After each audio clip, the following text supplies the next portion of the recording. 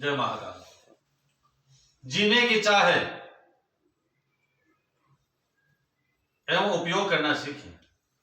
जगत में कोई भी वस्तु अच्छी अथवा बुरी नहीं होती है, अपितु उसके उपयोग का प्रकार ही उसके परिणाम को अच्छे अथवा बुरे में बदलता है। विवेक से समय पूर्ण जगत का भोग किया जाए तो कहीं समस्या नहीं है। पदार्थों में समस्या नहीं है, हमारे उपयोग करने में समस्या है। कभी कभी विष की एक बूंद, कभी कभी विष अल्प मात्रा में भी दवा बन जाता है। दवा की भी अत्यधिक मात्रा विष बन जाती है।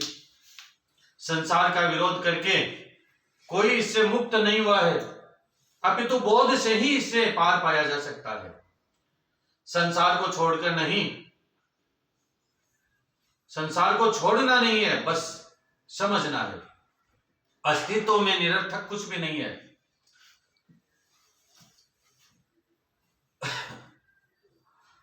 प्रत्येक वस्तु अपने समय पर और अपनी स्थिति में श्रेष्ठ है।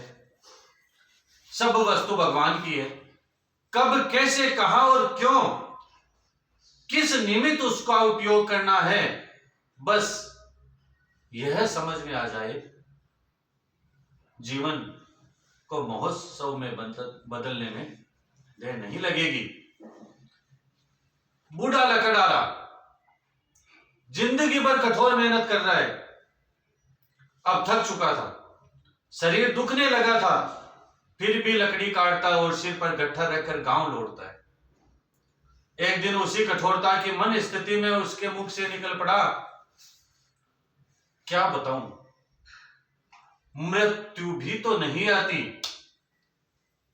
अब हुआ क्या, मृत्यु तो पीछे ही घूम रही थी,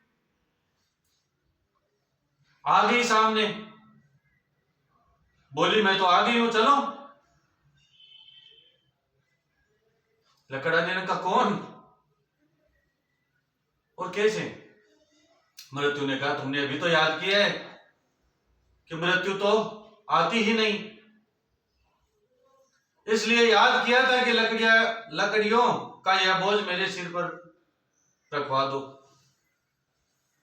लकड़हारे ने कहा मृत्यु से कि आपको इसलिए याद किया है कि यह जो बोझ है वो मेरे सिर पर लदवा दो।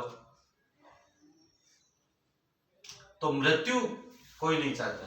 पीछे पीछे गाड़ी आ रही थी, आगे आगे नाली का कीड़ा भागा जा रहा था। ऋषि ने उस कीट का पीछा किया, चेतना के तार जोड़े और पूछा क्यों भाग रहे हो? कीड़ा बोला जीना चाहता हूं। ऋषि असमंजस में पड़ गए कि कीड़ा भी कीड़े की योनि में जीने की चाह रख रहा है, अतः जीवन बहुत प्रिय है, वह चाहे किसी भी योनि में हो। सारत्व, इसीलिए स्वयं जीवो, दूसरे जीवों पर भी दया करो। जय महाकाल।